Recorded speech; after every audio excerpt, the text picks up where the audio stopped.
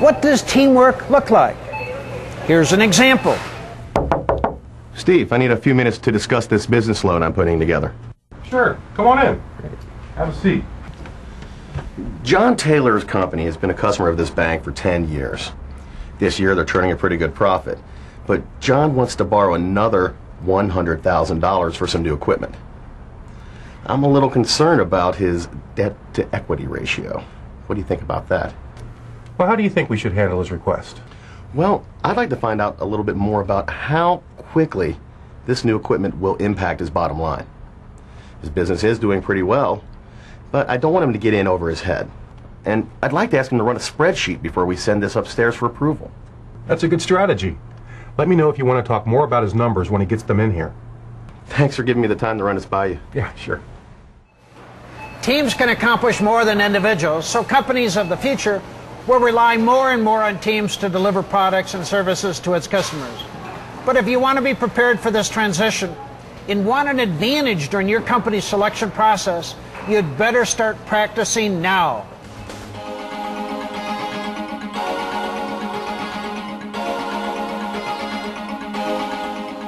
In this session, we will help you to understand the methods for handling complaints and irate customers, as well as recognizing that a complaint is an opportunity for improvement. If we never hear about problems, we cannot correct them. Customer complaints are very important feedback that tell us about an immediate problem, which more than likely needs our immediate attention. And if we fail to give the situation the proper attention, we will inevitably end up with dissatisfied customers. If customers are dissatisfied, they won't come back. The first principle of Service First is to feel good about yourself and the work that you do. The second principle of Service First is practicing habits of courtesy every day and with everyone you deal with. The third principle of Service First is the use of positive communication. How you say things is just as important as what you say. The fourth principle of Service First is the ability to listen and ask questions to understand the customer's needs and expectations. And the fifth principle of Service First is to perform professionally in every aspect of your job.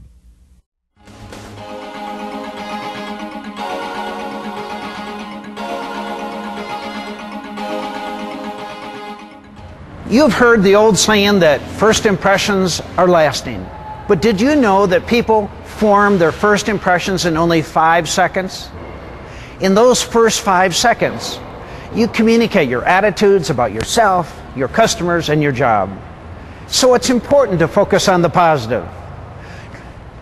You show how you feel about yourself by your dress, your grooming, and your general demeanor. It's important to learn how to greet each new day with a positive outlook.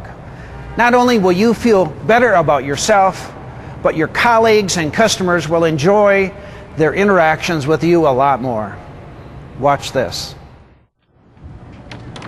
Hi, Peg. How's it going? Listen, did you figure out why the back orders aren't coming in when we bring up the customer's order? Geez, how do you like that? I was only trying to help.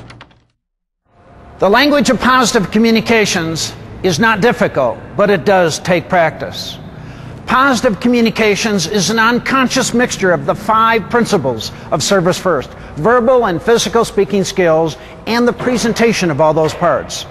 Luckily, we all have many opportunities to practice positive communications with our customers and colleagues.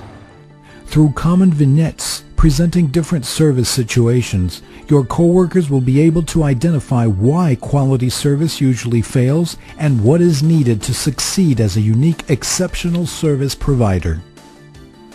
This video library is focused on a conscious study of the needs and expectations of customers and clients, developing tools to provide outstanding quality service. It includes important subjects such as positive communication, telephone techniques, service recovery, and empowerment, among others. These tools and techniques will separate your company and coworkers apart from the rest.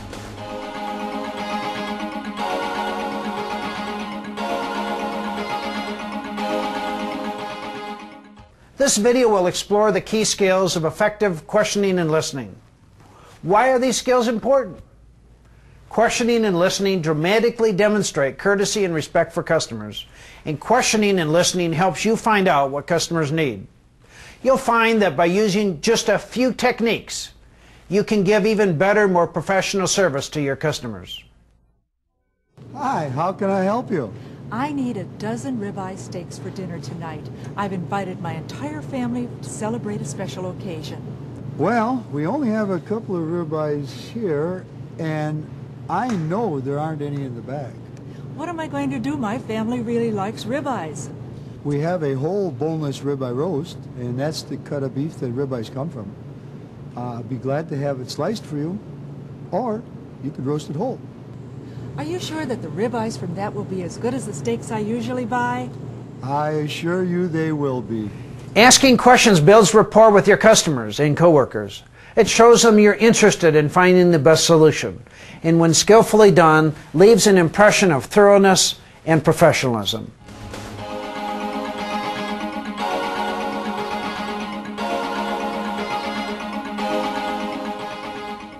This video focuses on using the Service First principles to exceed customer expectations, to do the little things that mean so much and set your organization apart from your competition. I'm sorry for the wait, Mrs. Hernandez, but it looks like there's a problem with your insurance. Not again. I thought I cleared that up last time. You'll need to fill this out and contact your provider before I can fill this prescription for you. Aw, I don't feel good. Will you please go home? Settle down. I'm sorry. What did you say? I'll tell you what, Mrs. Hernandez. If you can fill this out, I will get one of our insurance reps to call your provider directly. And by the time you're finished, we should have this all worked out. That would be wonderful. Thank you. You're welcome. Your efforts to exceed customer expectations have a direct and powerful result on your organization. You make the difference in whether your customers come back. You can easily think of ways to improve your personal services to customers and coworkers.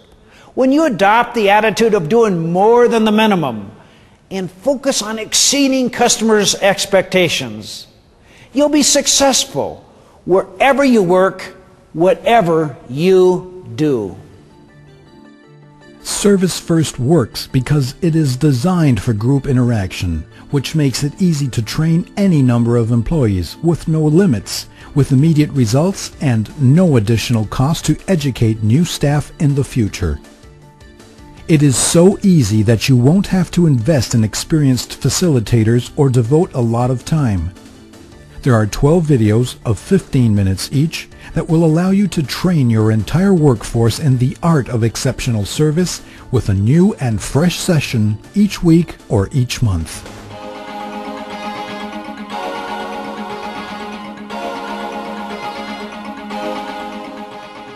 In this video, we're going to demonstrate value-added service.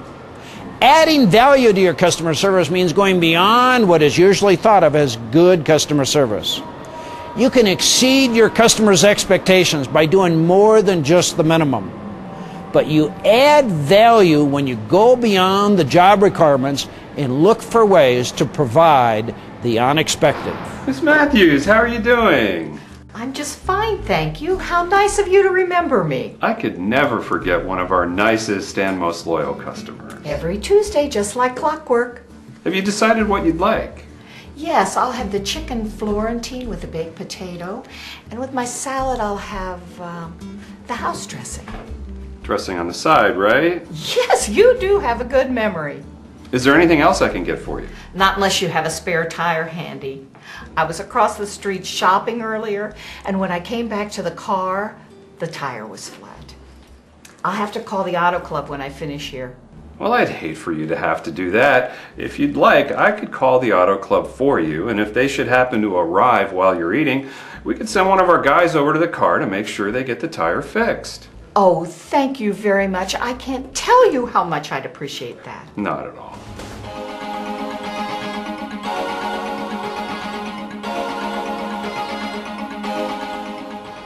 This video is about effective telephone techniques.